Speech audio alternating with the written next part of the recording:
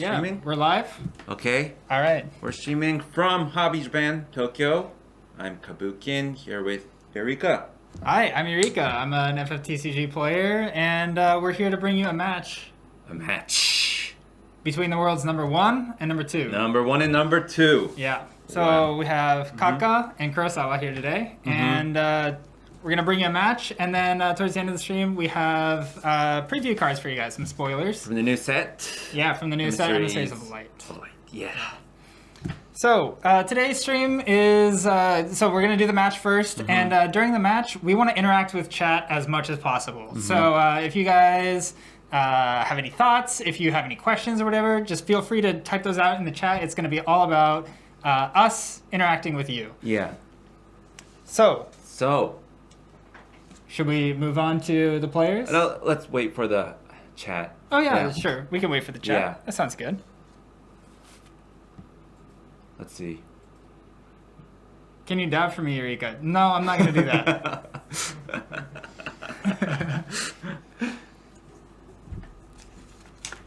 Is Icewind versus Sky Pirates a 2080 matchup? I don't think so. Okay, let's move on to the player. Okay. Okay, so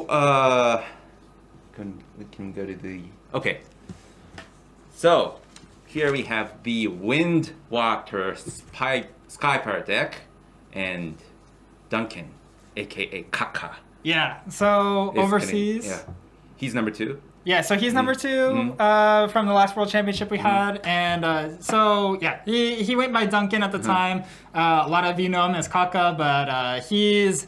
I bet a lot of you were expecting him to play Samurais today. It was on the chat. Yeah, we saw that from the chat. But actually, Kaka is going to be piloting the Sky Pirate deck. So so this is the deck that you designed. Yeah, so I took it to the Meijin Sen. Christmas. Yeah, on Christmas, and I got 3rd, 4th with it, and Kaka actually took it all the way to 2nd place. So yeah, it's mainly a development focused deck. You play your backups, you play the Vaughn, you get a lot of resources, Pinello draws you a bunch of cards, and then you finish out with these strong primals from the 14 series like Leviathan and Bismarck. Okay. And so the Meijin Sen was a 2-deck tournament. Yeah, 2-deck tournament. So Kaka used the Samurai. Yeah, so Samurai and the Sky Pirate. Yeah, he used Samurais and Sky Pirates, and actually we're gonna see when we move on to Kurosawa. To Kurosawa. Okay. He's actually playing the Samurai deck that Kaka took to 2nd place. So this is another one of those proactive decks, but this one's not as much about development as it is about Tenzin. You want that early pressure with the Tenzin. He's going to get you a lot of the cards, so you don't need to play backups out quite as early. That's why you can see that there's only 15 backups in this list. And yeah, this is a mainstay in the Opus series since Tenzin came out in Opus 12. It saw a little dip in the last pack that was released because of, Doga and Stern, but now the Doga and Stern are gone. They're gone. So Tenzin has come back in full force. And what are some of the new cards from Opus 15? Yes. We have the new, the Crystal Samurai, the backup. Yeah, the Crystal Samurai and the new Bahamut. Cyan. Oh, new Cyan, okay. Yeah, and then the Bahamut is just a nice addition. You sometimes you have the crystals, sometimes you use the 9K. But really, this is, a deck all about Tenzin, all about Amaterasu, all about putting on that constant pressure. Okay. So, are we ready, or should we talk about the decks? Surprise, Kaka isn't playing Sans. Yeah, I think a lot of people are going to be surprised about that. But as Kurosawa said in the chat here, you can see, Kurosawa is, yes, he is the one playing Sans, and this is a World's Final. Yeah, it is. Yeah, so I don't know, maybe this is the first time they've played since the World Finals. Ooh. I don't know if that's true or not, but yeah, that is true. This is a World's Finals rematch. Let's see if Kurosawa can defend his official title in this unofficial match. Yeah. Okay, so we've got the game up on screen and we're ready to go. So we have Kaka on the left side. Yeah. Duncan. Okay. Yeah, Duncan. We're going with Duncan. We'll go with Duncan. Okay. We'll go with Duncan. Okay. We have Duncan on the left, Kurosawa on the right. And it looks like Kurosawa is going first, and he doesn't have the Tenzin. He's got the two samurai. Two backups with the crystal. Yeah, with the crystal. Which player is more chill? They're both pretty chill. And we got Kaka with the turn 1 Philo and another Sky Pirate backup. So these are pretty normal starts. Kaka probably Duncan has the more appreciated start. Kurosawa had the two backups, but he didn't have Tenzin, which is really what you're looking for in the opening with that samurai deck. With the first Von? Yeah, he has the first Von here, so this is... Aside from going second, this is pretty ideal, but Kurosawa has the Amaterasu. So I'll take a little bit of time now to talk about what these decks are doing. So, Sky Pirates wants to play the Von, and Samurais wants to play the Tenzin, and these are kind of the ideas behind the deck in general, but in this specific matchup, you actually really want to play defensively. So as a Sky Pirate player, you want to keep Tenzin off the board because that's how they get the Samurais get the continuous advantage and win. Okay. Yeah, sorry. I went on a tangent, so we paused the video real quick. So this is a video, it's a recording. Yeah, it's not live, okay. Yeah, so this is a video that was taken earlier, and we're going over it real quick. So, this is probably the time that I want to talk about this. Yeah, so Tenzin is what the Samurai player wants to do, and as a Sky Pirate player, you want to kill the Tenzin. Okay. That's your biggest game plan, and vice versa. You as a Samurai player, you don't want to let the Von stay on the board. That's and you want to stop them from developing Sky Pirates, because if Sky Pirates gets all of the pirates onto the board, Pinello costs 0, Balthier gets to pump things for 2k, and you just can't deal with that board. So actually the most important cards in these matchups are not really Von and Tenzin as much as Amaterasu to stop the Tenzin. Okay. Or what do you need to stop Tenzin? So to stop Tenzin, Sky Pirates has Typhon and Alexander. And those are some of the key cards that we put into the deck for the Meijin Sen. So the Alexander is just a 4-drop summon that kills the Tenzin. And Typhon is a good way to buy you a lot of time. So it doesn't kill the Tenzin, it puts it back into the deck, but that's oftentimes just good enough. So you have 3 of each. Yeah, we have 3 of each in the deck. Okay. And once the game has kind of gone on a little bit more, Sky Pirates has a few more backups to play with. That's when you can really start using those, the primals, the Bismarck and the Leviathan, and that's when your game really takes off. Okay. Maybe with these. So now Kurosawa has the Amaterasu back from Terra. Yeah. So Duncan can't play the next Von. Yeah, yep, exactly. And so he searched out the Von here with the Merwib, which is, you want to play the backup, you want to get the card out. But seeing the Amaterasu in Kurosawa's hand, that's not what you want to see as Duncan over here. Because unless you have kites, it's really, really hard to play around the Amaterasu. So this might be a good time to talk about, how important kites really is in this matchup, and that's your main way of playing around Amaterasu. Can we see kites, the new card? Yeah. So kites is from the Crystal Dominion, brand new card, and this card lets you remove from game the Sky Pirate, and then it comes back during the end phase. So that's pretty unique. Yeah, it's pretty unique. It's a little bit like Renoa from Opus 6, but it happens with a time delay, and you can do it as an auto ability. And this is really, really good for protecting your Sky Pirates from removal. So this is probably the card that Kaka wants to see the most right about now. So you need kites before you play Von. Yeah. Okay. So if you play the Von, then it'll already trigger, and then when that happens, you won't be able to use the kites on the Von afterwards. They'll just have the Amaterasu. So you need to play the kites first. I see. Now it looks like Kurosawa's finally got access to that Tenzin with a Cyan. Now this is actually pretty annoying as Sky Pirates. You never really want to see all of these little, Terra's a 5k, Cyan's a 6k, but you kind of can't just let them keep dealing you damage. But there's no good way to deal with it besides the Primal Leviathan, which it doesn't appear like Kaka has in his hand. And not only that, even if he did play it right now, because he doesn't have an Althea, Kurosawa could just play Amaterasu, and then then the extra 2k from Terra would kill the Leviathan. So Looks like Kaka's in a little bit of a pinch here.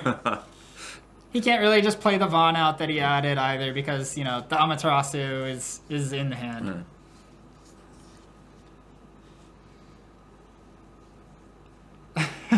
Looks like we have some action in the chat with people telling Kurosawa to play with a full foil deck. Could you talk a bit about how Sam's could lose their footing here? So actually, yeah, that is a good question. The way that Sam's loses here is by not being able to answer the Vaughn.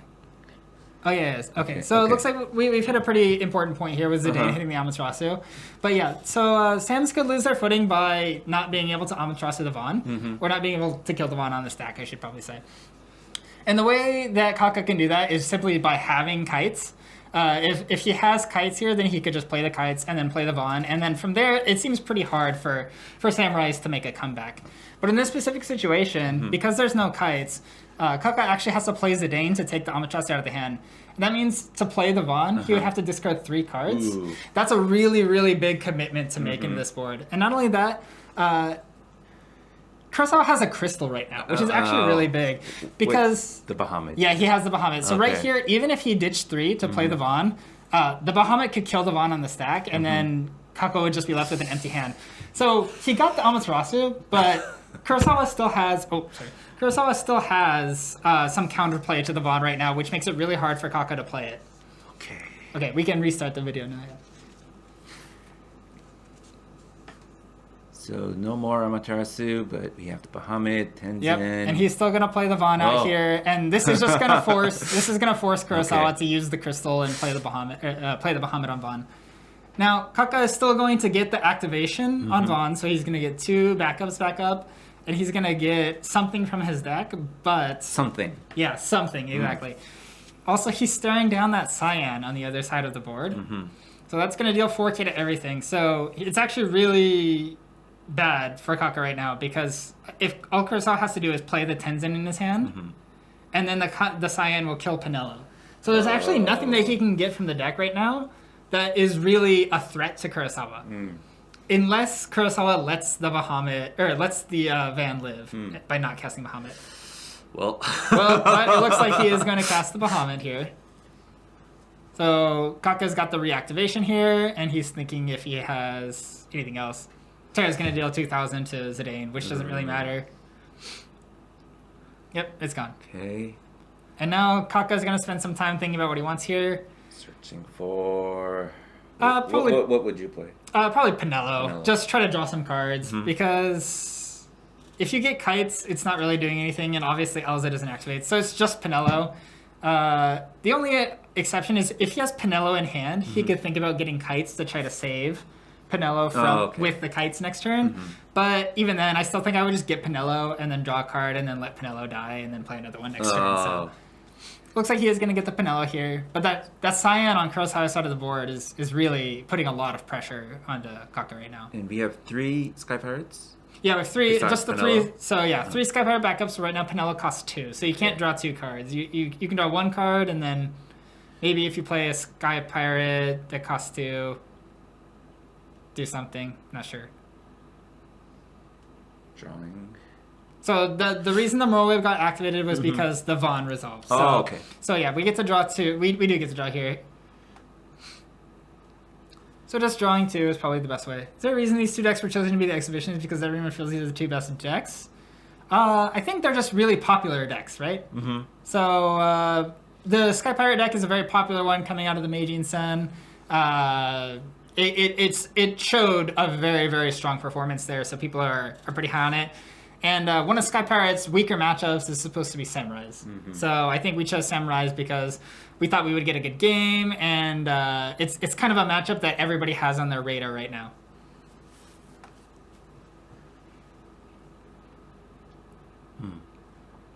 So Kaka's taking a lot of time to think here about...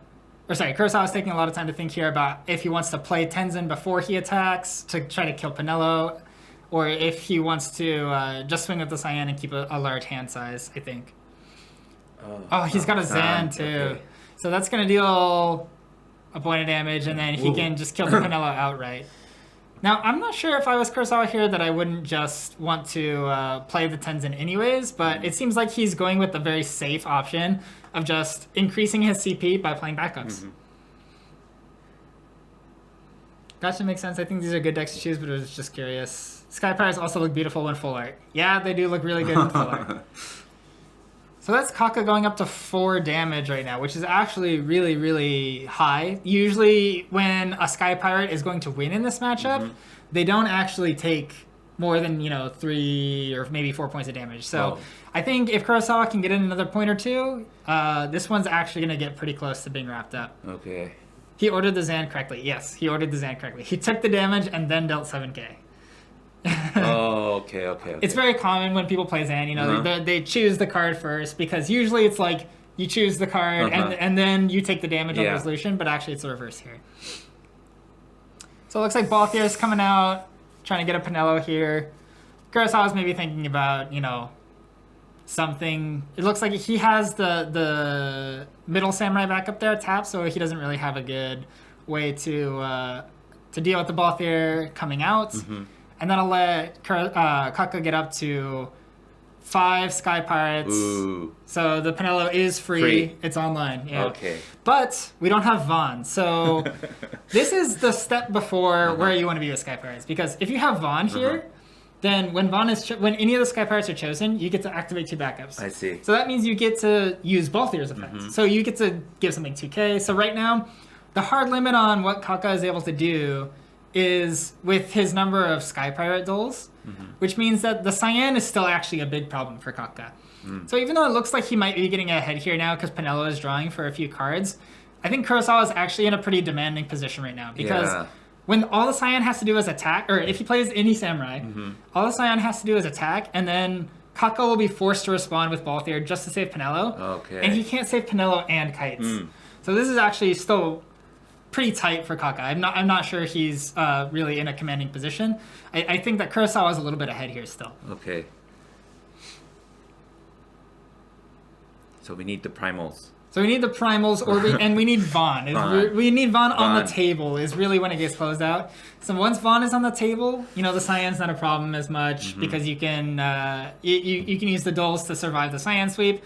And then, he's actually going to use the Fran to kill the Cyan here. Okay. So yeah, that is one of the upsides of Fran, is she does have a good action ability, but this is actually going to take Pinello off of 0. So now Pinello costs 1. And if we kill the Balthier or the Kites, the Pinello is going to cost 2, which is with only 3 backups. This is actually not looking so good for Kaka. I'm not sure if I personally would have used the Fran there, but Cyan is definitely a threat that he's going to have to deal with eventually. And if he didn't feel like he could deal with it any other way, then this is probably how the best way to do it. Okay.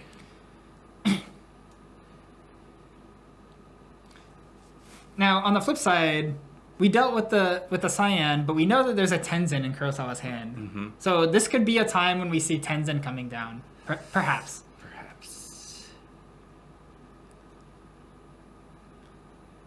So he's tapping for 2 here, which means... Oh, that's a Rain. Yeah, so that's a Rain. And that's going to target the Kites. And because we don't have Vaughn, we can't use the Balthier as liberally as we normally would. So maybe he's going to use Balthier to pump the Kites for 2. That'll put it at 5. And the Rain is only dealing 4. So the Kites will live. But this makes me think that Kurosawa has some kind of follow-up play. Okay. So maybe he can use, like a Brynhilder or something. And the Brynhilder on Pinello will force the Kites to go.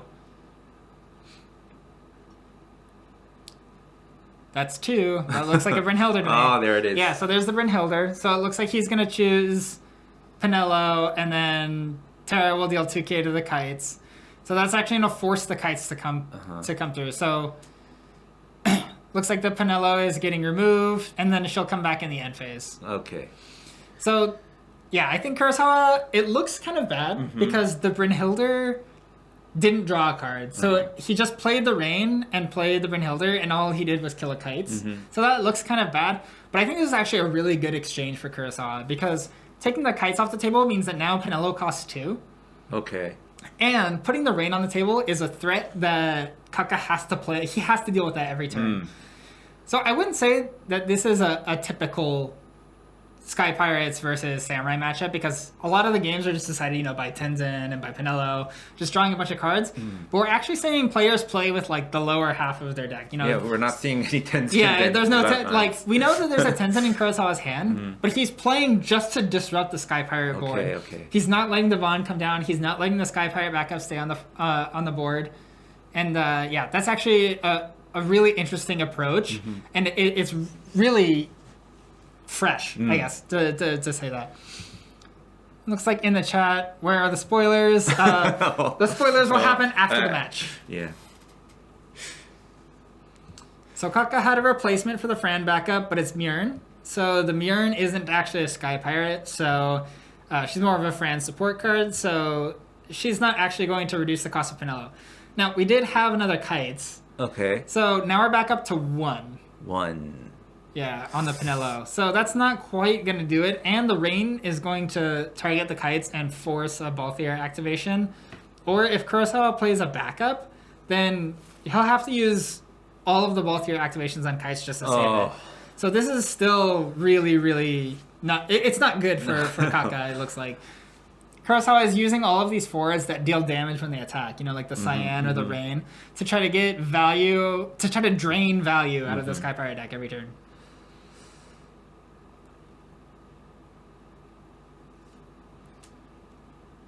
Now, I wonder if Kurosawa is wondering if he should play a backup, or maybe he's thinking about playing Tenzin. And he has the new Samurai. Yeah. So he has the new Samurai, so he can deal bonus damage. But if the backup goes to the break zone, then Rain won't deal the backup for the damage. So there's actually no point for that right now, unless he's trying to use the Terra effect. Now, he does have both of these backup Samurais, though. And that's actually going to do... Oh, okay. So it looks like we had 6 Samurais in the break zone. Or sorry, 6 Samurais in the break zone, and then Kurosawa paid 1 with the backups and discarded a Samurai to put 7. So that he can use this Samurai's effect. And this Samurai is actually just a really, really good card. It's just been one of the biggest additions to Samurais over the past few sets. And as long as your opponent doesn't remove your break zone, it just becomes a really, really insane mid to late game threat.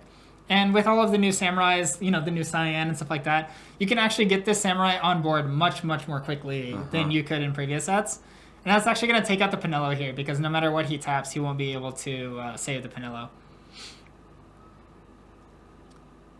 He could have maybe considered using Kites to save the Pinello, but this makes me think maybe, he has another Pinello in hand or something like that.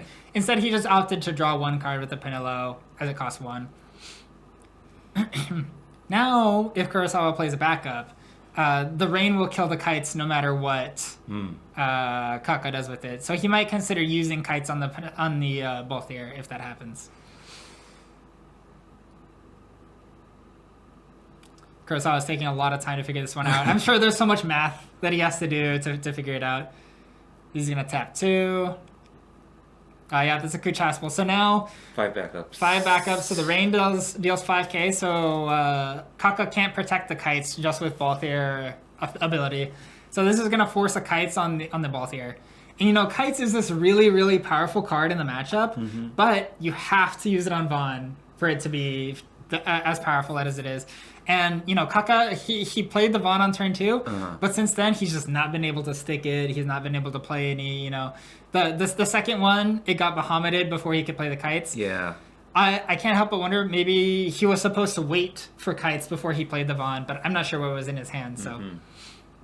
Looks like Kurosawa is going to go through with the...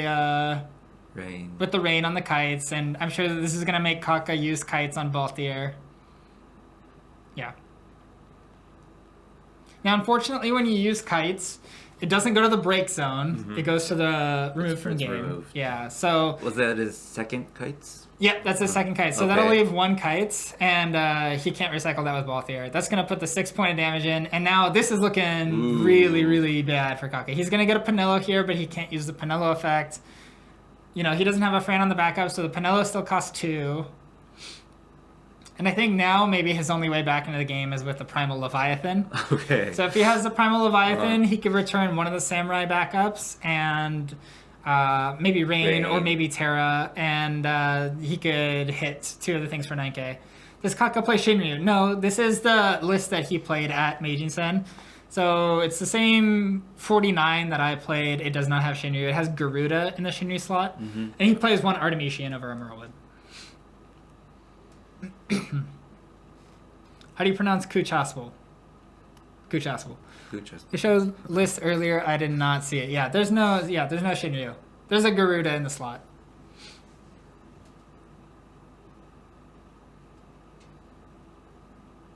Wait, are you asking how to pronounce Kuchaspel in Japanese? Is that the question? I'm not sure. Anyways, yeah, so I think that Kaka's only way back into this one is with a Primal Leviathan. And I kind of see his hand a little bit, and I don't see any blue cards. Oh, there's a blue card, but it's Pinello. So I think that this is looking pretty grim. Maybe he can use Pinello to try to draw into one. But if not, I'm not really seeing a way out. Because Bismarck, he can duel the Bismarck and the Balthier to deal 4k, but that's not going to... That's not enough. It's not nearly enough, yeah. He can maybe use the Murin to pop Rain. Oh, it looks like he discarded a card to draw with Pinello. And I'm sure if he drew Leviathan, it would already be on the table. So this is BO1 or BO3. It's best of 1. It's just a single match. We're just here to, hang out with you guys and deliver this juicy match.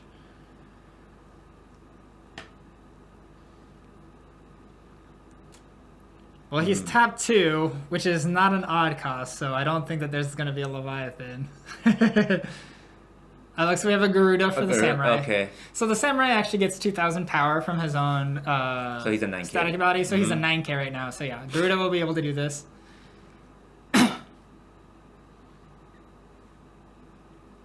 We appreciate the stream. Thank you. Thank you. So is Garuda mainly for... Tenzin? Yeah, it's mainly for Tenzin. It's not really hitting its intended target here, but beggars can't be choosers, as they say. Okay. So yeah, we'll take it here, and it looks like not much of a follow-up. I guess the 2 cards here, we can use the Yearn to kill the Rain, or we can draw 1 card with Pinello here by tapping 2. That might be better. On the other hand, if we do use the Yearn to kill the Rain, then we can dull the Tomage, and one of the Sky Pirates use Balthier's ability 1 time. Now, basically, every single card here that Kurosawa could have in his hand, as long as it's not Tenzin, will kill Kaka. So this is going to be a little bit of a rough one. Kaka might be able to make it out if he has some kind of disruption, like an Alexander. The Murin is going to stop the rain. But all Kurosawa has to do is swing with the Terra because Kaka's already on 6. So I think Kurosawa right now is just calculating lethal. He has 2 of those Samurai backups, so those will deal 8k each. So I think if he has 1 more form of removal, then this is going to be a pretty hard one for Kaka to stop from coming in for lethal. Okay. Now the Garuda is 9k, and Balthier can tap himself to make himself a 9k, so he might be able to hold on with 1 blocker here. But I think even if he holds on with 1 blocker, it's looking pretty grim.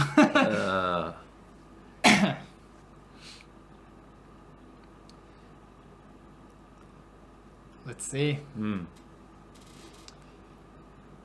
Now, one point of good news here is that if Kurosawa doesn't have another one of the Samurais, if he doesn't have Sasano or Brynhilde or Bahamut, there's not a lot of ways to aggressively deal damage to it in the Samurai deck. Oh, but it looks like maybe we're going to do 4. 6. That's a Sasano. Okay, so looks like he's going to use that to wipe the board and then maybe use the crystal backup here to make Sasano deal 9k instead of 8k. That would clear the Garuda and the Balthier no matter what happens. Ooh. So maybe what's going to happen here is both of the boards are going to get wiped, and then Kaka will use the Murin to kill the Sasano. So Kurosawa was thinking about maybe he has some form of haste. No, it looks like he's just waiting for Kaka. Maybe Kaka has an Alexander, so he can kill the Susanoo without breaking the Mirren back up. That's probably the best. Have we seen a Leviathan from Pirate Player yet? Discard for CP. Yeah, there's one in the break zone. I don't think I've seen a second one, but there could be a second one in the break zone. I'm not sure. So yeah, Kaka used the Mirren there to break the Susanoo. Note that the Tamaj does tap for wind CP because he has the Philo out, so he's able to pay the cost on that Mirren pretty easily. But this is going to let Kurosawa play into the Cyan. And here he might actually, he's going to search for the Samurai instead of Tenzin because there's just no more need to play Tenzin. You can just play the Samurai and it's the same stats, but it's also going to clear forward. So now Kaka has to find a way to deal with the Cyan and build a board that doesn't die to the Samurai. Whoa. So I think this is basically That's a tough game. situation. Yeah.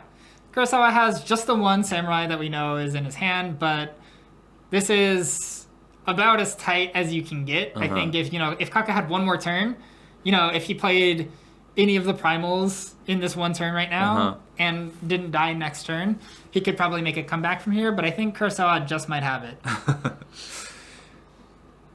So maybe it's Kaka's last turn? Yeah, I think this is Kaka's last turn. If he did, or if Kaka doesn't die next turn, I think Kaka can win. But I think if Kaka dies next turn, then this is definitely going to be the turn that he dies. He's got to find a way to play around both of those Samurai backups and the Samurai in Kurosawa's hand. How do you pronounce Pinello? Yeah, you gotta have. Well, in the Cyan is just going to deal 5k or 4k, sorry 5 with the Samurai in hand. So. How do you pronounce Pinello? It's Pinello. Rip Kaka looks grim for him. Yeah, this is looking pretty grim. If he can put out like 2 to 3 forwards, he's can tripping. That's not a good sign. That's about as bad as it gets. He drew a Leviathan, but now he's gonna have to discard his whole hand for Leviathan, and he knows that Kurosawa has the Samurai in hand. Yeah. So even if he plays the Leviathan here, I think it's just a little bit too late. Because if he plays it now and Kurosawa plays the Samurai, that's just not going to win. Oh. Okay, so he's going to take away the Samurai. And now he's got to play a forward to kill Zidane. He's got to play a forward so that he just doesn't have to block with Cyan. Or so that Zidane just doesn't die to the Samurai backup. Yeah, Levy was a little bit too late here. Definitely. So Kurosawa now has both of the Samurai backups, and because Zidane's not a Sky Pirate, Pinello can't protect the Zidane. So I think this is it. Okay. So that's going to be 8k on the Zidane. Yep. 8k on the Pinello. Wow. And that's it for the 7 damage. I think if Kaka just had one more turn, he could have clutched out a win here. But with the Kurosawa, Leviathan. Yeah, with Leviathan. Okay. But Kurosawa just barely made it in time. He had 5 backups 2 turns ago, and now on the final turn of the game, he has 2 backups. So he really used all of his resources. Okay. Really, really close game. Yeah, no Tenzins. Vaughn resolved but never stayed on the board. One got Amaterasu, one got Bahamutid. It's a really interesting game because neither of the decks really did what they were built to do. They kind of played a little bit of softball and tried to keep their opponents from doing whatever it was. And I think there was the one turn in the middle where Kaka chose to discard 3 to play Vaughn, and it got Bahamutid. Yeah. I think maybe, he should have waited another turn or two because he wasn't dying yet, Just play defensively. If you wait another turn or two, and if the kites comes through, then I think maybe you have a commanding win. Okay. That's about all I could do, though. It was a really, really well-played game on both sides of the table, and I think Kurosawa showed us a new way to play Samurais that none of us really would have been thinking about, right? I don't think many of us would have just not played Tenzin at any point in time and kind of gone for the very slow and methodical picking apart approach for Sky Pirates. Really, really interesting game. All right, maybe we should pick up on some chat real quick. Let's see. GG, it's cool to see that FFTCG made tribal decks good. Yeah, definitely. This is a prime example of that. We have Sky Pirates versus Samurai instead of just 2 colors. And, monks have been really good. Dragoons have been really good. Stuff like that. So, yeah, tribal is definitely a really cool part of FFTCG. GG's, Sam's the best. GG's. I'd like to see Ice Earth get some love. Thank you. Get some love. I'll be sure to. I'm sure that the development team will get right on that. They were just countered each other, and fire just did more damage in the end. Yeah, that's definitely a good way to sum it up. I think that both of them played, really defensive anti-strategy cards for the most part, and in the end, when you're playing a fair game like that. And Canelo's not drawing you a bunch of cards and stuff. Dealing damage to your opponent's forwards is just really good. And then, those extra little bodies, the Samurai that stays, the Terra that stays, those are really good at putting in damage. When are Gullwings going to get this archetype treatment? Gullwings... Gullwings. Oh, okay. Gullwings are Komedan. It's actually a fan favorite, I know. And there are a couple players here in Japan, too, that are pretty well known for Gullwings. But I don't think we're going to see that one. He says that, I don't know. Okay, what else do we have? Buff Moogles, Buffer Stales, Scions are the best theme deck. I heard Scions are too... Okay. Looks like there's a lot of love for the tribal synergies. Why Lightning is the less used color in the metagame? It's just not popular right now, that's all, I think. We'll come to a point in time again where Lightning is a very, very popular element again. It's just, right now, other colors, time to shine. Reminder that if you guys like this content from HobbyJapan and want to see more, like, subscribe, and share it. Thank you. Thank you, Rochelle, for the shout out there. Thank you. And if you guys... please give us a comment for what matchups you want to see. Yeah. If you have feedback about the stream or suggestions or decks you want to see, let us know. We'd love to do this kind of thing more often. So, what other decks do you think are popular in the format outside of Sky Pirates and Sam's? The Avalanche deck was pretty cool. Avalanche is really super popular. That's a fan favorite too. People love Final Fantasy VII, so the Avalanche deck is really popular right now. And I think Earth Wind has seen some play online right now with that Rydia deck. I know Kingslave. Yeah, Kingslave is pretty popular in Japan. It's a little less popular overseas, as far as I know. But yeah, it is pretty popular in Japan here too.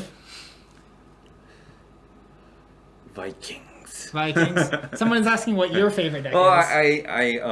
I like the Avalanche deck. You like the It's pretty Avalanche cool. deck? Yeah. It was. I saw it on the Majin Sin. Yeah. Who's your favorite Avalanche operative? Maybe Jesse. Jesse?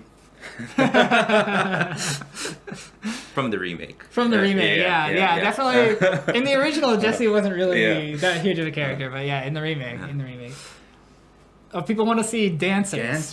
Dancers is a fun one. Yeah, we can maybe do that. Black mages versus white mages. I don't know if there's enough black mages and white mages in the game. Jesse. Please, more of this. Thank you. Yeah, Cadets.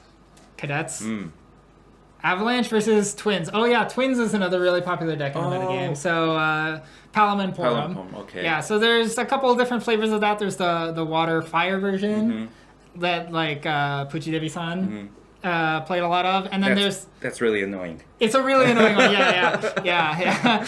And then there's also the 3-color version that has so you have Rydia, Palom, and Porom. So you play all of the 4 little characters, and that's another fun one too. Maybe that's a deck we could feature on the stream sometime. Rochelle wants to see Dancers. All right, we'll keep that in mind. Cool. Okay, maybe we should move on to the card previews. Okay, so we have the new series, The Mysteries of Light, coming out. Yeah. It was a little postponed, I think. Yeah, so I think it was originally scheduled for the end of March, and now it's early April. So we had a little postponement there, but it's still coming out. Okay. And we should still get really excited for it. And all of the previews are still coming out at the same time. So why don't we go ahead and take a look at the card previews that we have lined up. So we have... The first card is...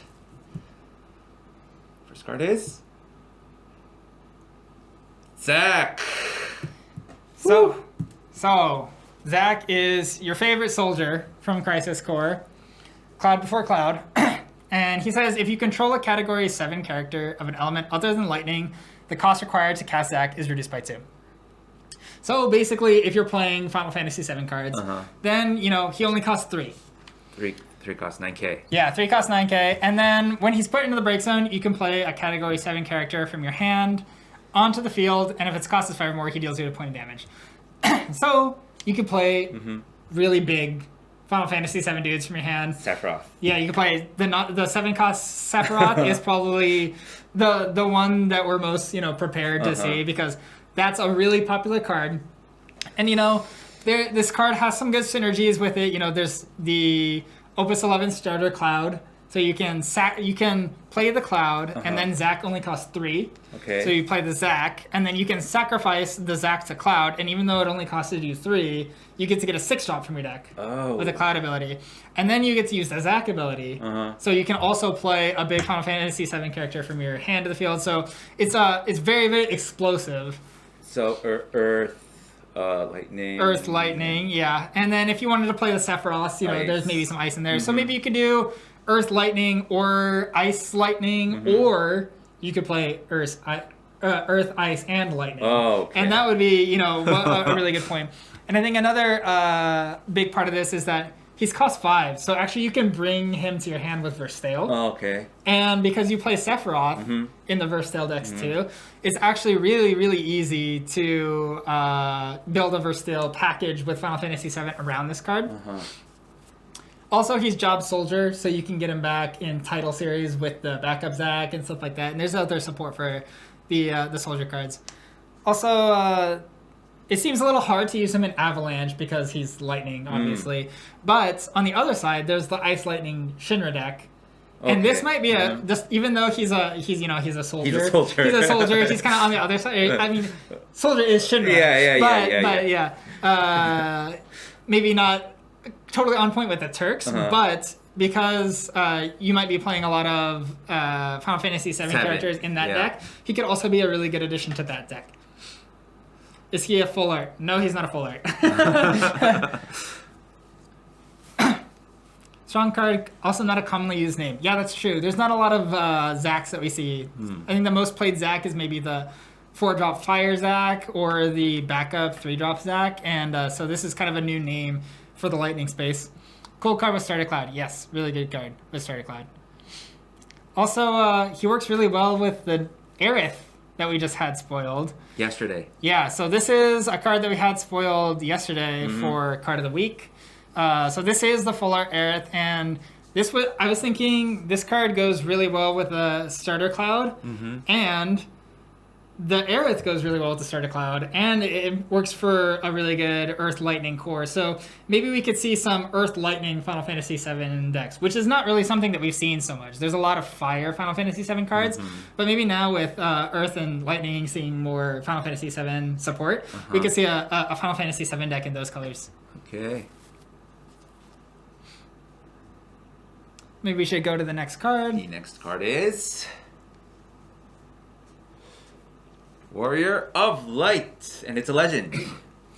Yep, so Warrior of Light is a 2-drop legend with drop Warrior of Light that says, for each forward other than Warrior of Light you control, Warrior of Light gains 1,000 power. So he's only got 5k, but he gets to be really strong.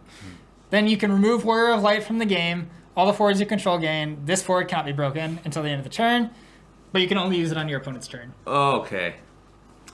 So, how do we feel about this card? I think it's really, really good looking. So just having it being a 2CP 5k is really light. You can play it by itself. It's really not that bad since the effect is strong.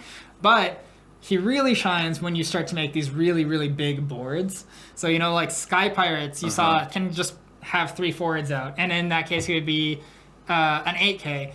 And then he can also protect your forwards from being broken. So he forces your opponent to play on their turn. So your opponent has a more difficult time interacting on their turn with it. So it's really, I think it's would have been good for Kaka to have this in the match against Samurais just now. That would have been pretty good. And cannot be broken is actually really good. So that'll protect from Sasano, so all of the damage. So like Sasano damage and stuff like that. And also just the direct breaking like Solera Exodus, Odin, stuff like that. So you could play in any deck. Yeah, doesn't you can have play to be it a in Warrior any of Light deck. Mhm. Yeah, but it is also really, really good, obviously, for the Warrior of Light deck because you can make crystals with bards, or you can get this back with the Lena. Okay. With the new Lena, you can get this back because it's a 2-drop. You can get it back. Somebody in the chat said Gilgamesh 11 can revive it. Yeah, so the 6-cost Gilgamesh 11, it gets a 2-drop from your break zone. The water Gilgamesh. Yeah, so if you discarded it with like a Moogle or something, you get it back later. Now, he removes himself from the game, so you can't just like keep using it over and over again. But yeah, it is good. And actually, we have a full art of this too, because this is the city anniversary. So maybe we can see the full art. Full art, please. Yes. Beautiful. Yeah, it looks so good, right? I think, this is one of the most colorful. It kind of reminds me of Fiona. Fiona has the cherry blossoms in her frame, and this kind of has the same vibe going on. It is really looking good, and it's a cheap card, so being two costed is just really good, right? It's really easy to get back your 2 costs. It's really easy to play 2-drop cards in the game. So yeah, I have pretty high expectations for this card overall. I think it'll even work in Avalanche maybe. Because you can stop Barrett from being... So Barrett has his own effect to stop him from taking damage, but one of the ways that people get around that is by using Porum to take that text off the card, or by breaking it immediately. But I think this card would be really good for protecting Barrett too. Insane card. Best light dark target for Golbez. Yeah, really good target for Golbez. That's true. So the Opus 1 Golbez lets you get 4 2-cost cards from your deck. This would be a good one because then you can protect all of the other ones that you bring out. So you can maybe get like Rydia, Palom, Porum, and then this. Ooh. And then your opponent can still like Shanto those, remove them from the game. But what they can't do is, break them with just burn or whatever. I like the colors. Yeah, I like the colors too. I like the pink a lot. It looks pretty good. Oh boy, now I can protect Sky Pirates from board wipes. Yep. Use Warrior of Light, then you can cast something like Hecaton Care, so it's one-sided. Yeah, so because it gives them the Arden cannot be broken text, it's really good with like fight effects, like Hecaton Chair and stuff like that. Cool. Or you could use this. Well, I guess it's only on your opponent's turn. I was thinking you could use this and then use like Susano, but you would have to use Tama to play the Susano, so maybe it doesn't work so well. But yeah, using Hecaton and stuff like that is good. Hecaton is... Oh, maybe not the Hecaton Care we were thinking about. I was thinking about the 2CP Hecaton Care. Yeah, I think it looks really good. It's got a good job. It's got a good stat line. It's got a nice passive ability. Really good. So maybe we should go to the next card then. Next card, please. Whoa. So this is a card with a lot to talk about. This is Twintania. Twintania. Yeah. From FF5. From FF5, the Giga Flare. Yeah. Yeah, I remember that. I actually just played the Pixel Remaster really recently. So Me this is too. Yeah, so this is fresh in my mind. Fresh, yeah. So Twintania is also a monster in all situations. So it's a forward, but it's also a monster whenever you want it to be.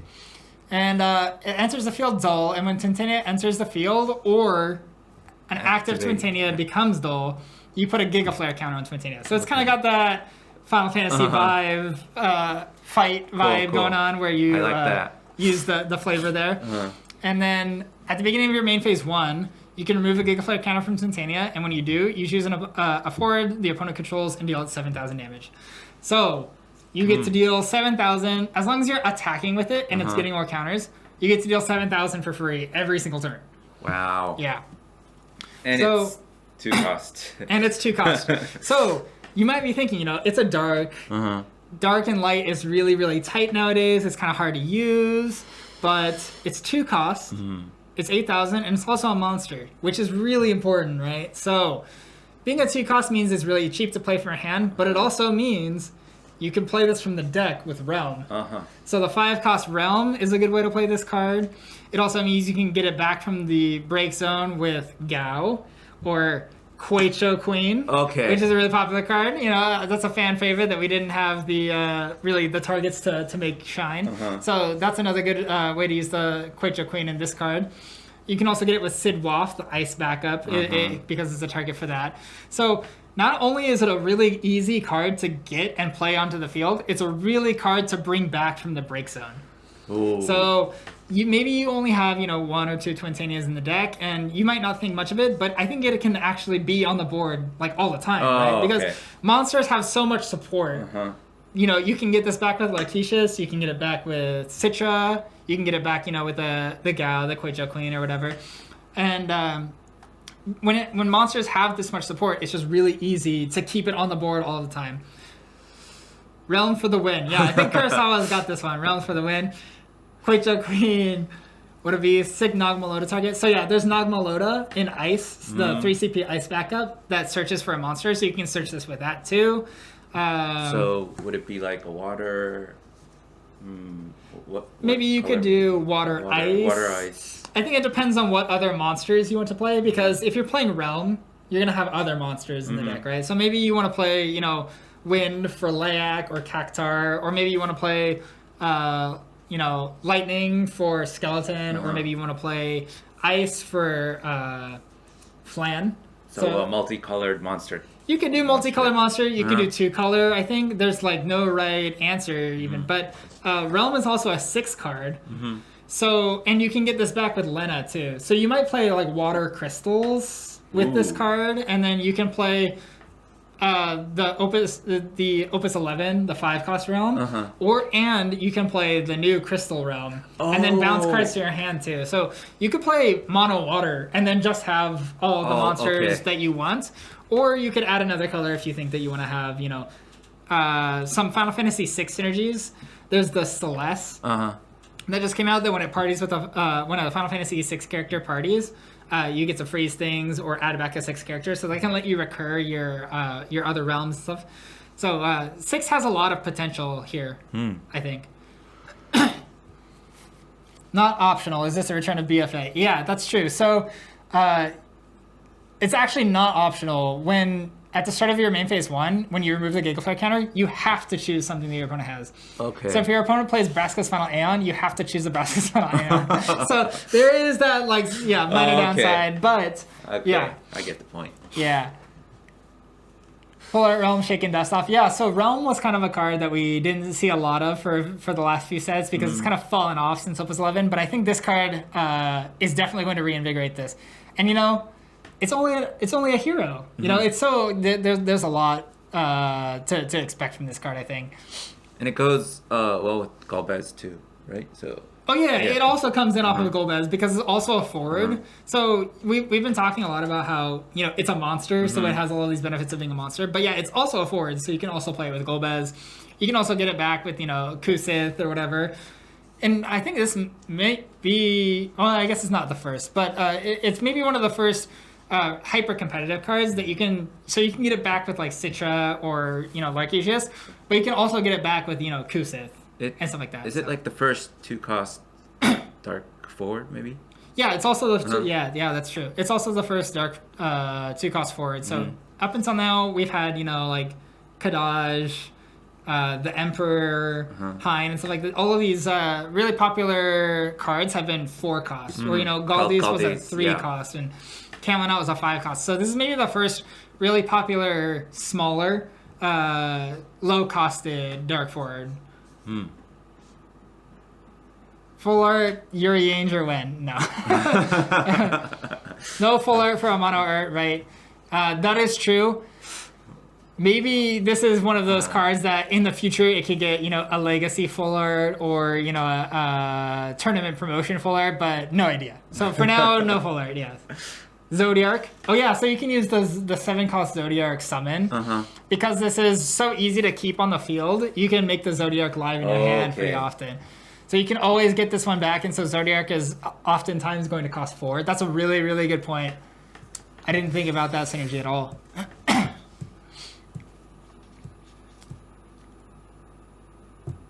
Shulk into Titania. Yeah, so you can play Shulk to play this. Also, you can search it with Sildra, because it's a category 5.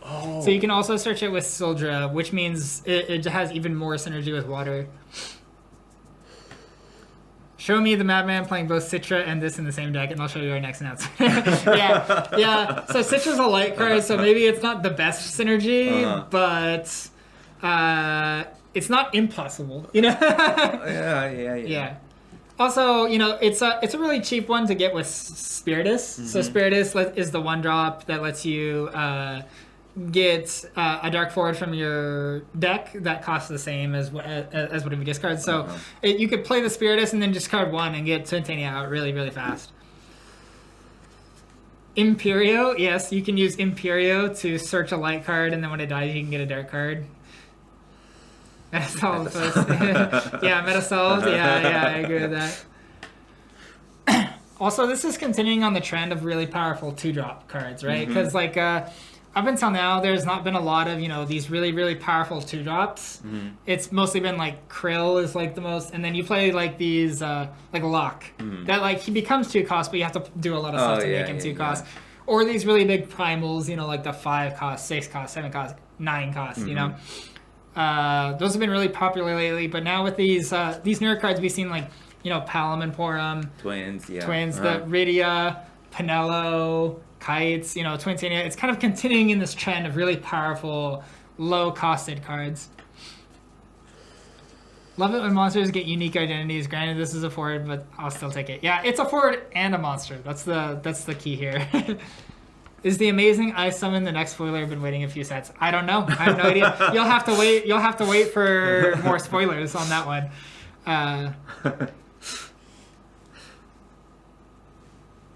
All right. Maybe we should wrap it up with some closing talk. Okay. All right. So we had the 3 new preview cards from the Mysteries of Light. Yep. Okay. Yep. 3 new cards that we're all looking forward to playing with, I'm sure.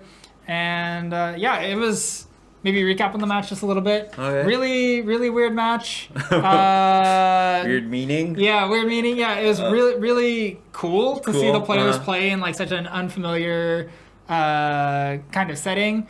But yeah, it was great, and Kurosawa was able to defend his title. Okay. So I think that's the real takeaway here is that the Worlds rematch, it just proved that Kurosawa was really the #1 in the world, right? Yeah. I think that's the takeaway. Even though he was playing Kaka's deck. You know, he was playing the Samurai deck. So, yeah. Again, I just want to reiterate, if you guys have any like feedback, if you have anything that you want to see in the future, if there's more decks that you want us to use or whatever, you can say here in the chat, you can say something on Twitter, you can reply to the tweet thread of the video, the initial announcement. We'll see those. You can say something in the Final Fantasy TCG NA thread. We'd be happy to have any feedback, any way you want to give it to us. And we would love to do more of these, I think, right? Yeah. So those who are watching the archive, you can give us a comment. Yeah, sorry. I should have said that, yeah. To win Avalanche, can we get you to play a mill deck on stream? I plan on commentating the matches, but nothing's out of the question for now. So maybe there will be a mill deck on stream, but we'll see.